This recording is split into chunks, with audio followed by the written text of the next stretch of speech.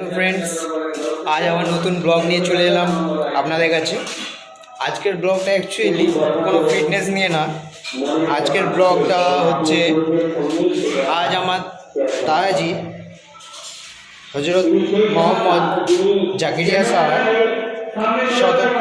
শততম জন্মদিবস। তো সেই নিয়ে আমরা বহু কিছু করছি। তার মধ্যে আছে মেডিকেল ক্যাম্প, তার সাথে আছে একটা সাংস্কৃতিক ইসলামিক কালচার প্রোগ্রাম, আর তার সাথে সাথে আমরা করছি আপনার রাত্রিরে আমাদের আরও প্রোগ্রাম আছে, সুফি কাওয়াল আছে, কিছু ওয়াজ আছে ইসলামিক। আজকের ব্লগটা এই নিয়ে শুরু হচ্ছে।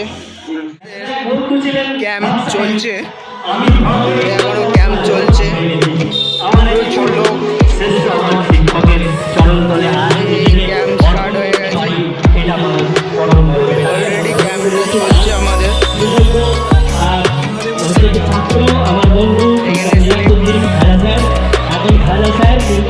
এই কাউন্টারটায় চলছে, আর এই কাউন্টারে আমাদের মেডিসিন চেক আপ চলছে। এই কাউন্টারও আমাদের ব্লাড টেস্ট চলছে,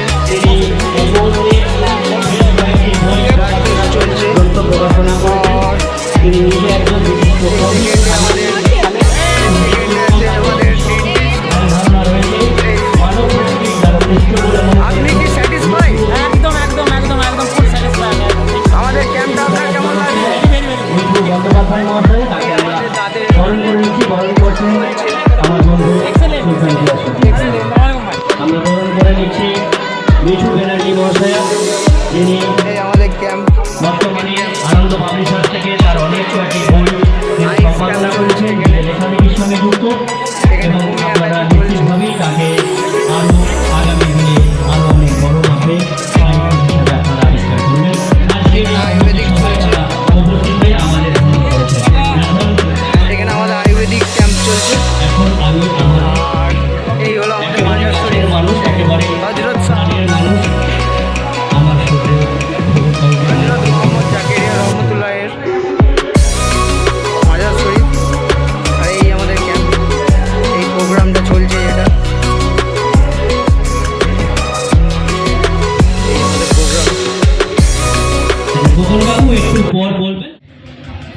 প্রস্তুতবাবুকে আমরা বরণ করে নেব। আমাদের বরণ করার জন্য সব কটা নাদি যারা যারা আমরা আছি, এসো আমরা সকলে মিলে বরণ করে নিই। এসো নাদিম, সামনে এসো, চলে এসো বেটা। ফরক ফরক বরণ করে নিচ্ছে, ফরক নাদিম, ফরক। হুজুর, আমাদের তো এখন অনেক কিছু বাকি, আপনি আমাদের এখনও তৈরি হয়ে চলে এসছেন। আচ্ছা, সুব্রত বাবুকে পরিচয় করে দিই। আজকের যিনি হোতা এই অনুষ্ঠানের হযরত মোহাম্মদ জাকিরিয়া রহমতুল্লাহের কনিষ্ঠ পুত্র মোহাম্মদ আহির সাহেব, আর আপনার সঙ্গে রয়েছে ওনার সুযোগ্য বড় সন্তানের বড় নাতি।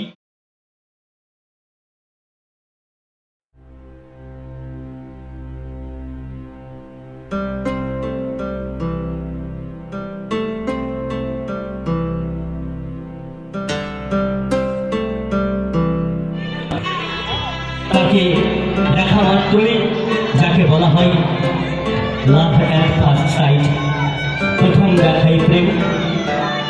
রতির্যা সঙ্গমাদ পূর্বং দর্শন শ্রবণাদিজা তৈরমূলিত প্রাজ্ঞই পূর্বরাগ শৌচতে।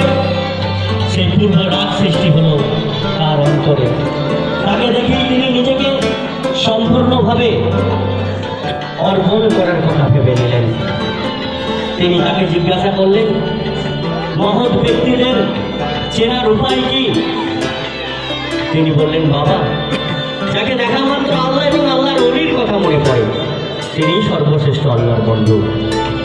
সেদিন তার হযরত জাকিরিয়া বাবার মনে প্রশ্ন জেগেছিল যে বহুকাল আগে হযরত বড়বীর আব্দুল কাদের জিলানী রহমতুল্লাহ তিনি একই সঙ্গে ৭২ বাড়িতে আমন্ত্রিত হয়েছিলেন রোজার মাসে। এই ঘটনাটি সত্য। তখন সেই আল্লাহর বান্দা বললেন, বাবা জাকিরিয়া, তুমি এ কথা দেখতে চাও না শুনতে? এই গল্প তুমি কি শুনতে চাও নাকি দেখতে চাও? হযরত জাকারিয়া বাবা আপ্লুত হলেন, আনন্দিত হলেন, উদ্বেলিত হলেন। তিনি অন্তর থেকে বলে উঠলেন, যদি হুজুর দেখতে পাই তো শুধু শুনবো কেন? সঙ্গে সঙ্গে হযরত ইউনূস রহমতুল্লাহ তার ঘরের মধ্যে যতগুলো কুরসি বা চেয়ার পাতা ছিল সব কটাতেই তিনি দেখছেন বিরাজমান, তিনি তাসবিহ তেলাওয়াত করছেন। সঙ্গে সঙ্গে তার অন্তর বিকশিত হলো, পুলকিত হলো হৃদয়, জেগে উঠল অন্তঃসত্ত্বা। একই রূপে দেখিলাম আমি আজি এ প্রভাতে রবির কর, কেমনে পশিল প্রাণের পর, কেমনে পশিল গুহার আধারে প্রভাত পাখির গান। না জানি কেন রে এতদিন পরে জাগিয়া উঠিছে প্রাণ, ওরে উঠলে উঠিছে বাড়ি, প্রাণের আবেগ পীড়া প্রাণের বেদন রোধিয়া রাখিতে নাই। নিজে সম্পূর্ণ অন্যরকম এক মহিমান্বিত হয়ে তিনি সম্পূর্ণভাবে নিজেকে ডেডিকেশন করলেন তার কাছে, এবং তিনি উপলব্ধি করলেন সত্যই গভীর।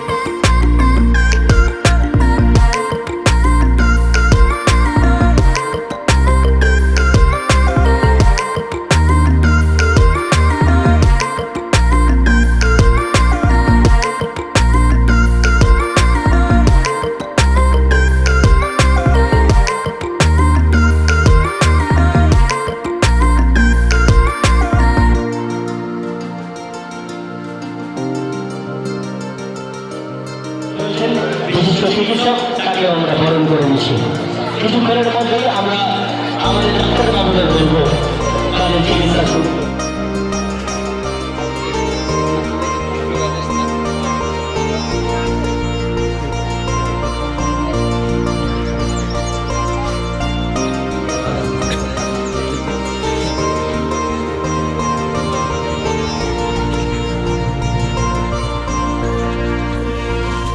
আমাদের এই ক্যাম্প হচ্ছে মেডিকেল ক্যাম্প, আর এই যে প্রোগ্রাম, এর জন্য আপনি কতটা খুশি আছেন? আজ খুশি বলতে আজ তো আমার হজরতের শতবর্ষ জন্মদিবস, এই যে শতবর্ষ জন্মদিবস পালন হচ্ছে। এই যে আমাদের মেডিকেল ক্যাম্প থেকে আরম্ভ করে যাবতীয় যা কিছু হচ্ছে অতি সুন্দর, মানে এতটাই আনন্দ যে আমার ভাষা নেই বলার, ঠিক আছে। এবং আজকে আমার হজরতের যে আওলাদগণ তাদের সকলকে আমাদের যে প্রোগ্রামে তাদের সম্বর্ধনা জানানো হয়েছে, ঠিক আছে। আমাদের জাকারিয়া দরবারের তরফ থেকে আমাদের টোটাল সকলে মিলে, আমরা তো একত্রিত সকলে মিলে যে অনুষ্ঠানটা করছি এবং চলবে সারাদিন, সন্ধ্যে আমাদের যে সারাদিন ব্যাপী অনুষ্ঠান আমাদের চলছে, এ তো বিরাট আনন্দ মহাসমারোহ হচ্ছে। আমার হযরত কেবলা সেই মহান আত্মা, সেই প্রভু জাগরার রূপে এসেছিলেন। আজ সেই এই মাজার পাক আপনারা দেখুন।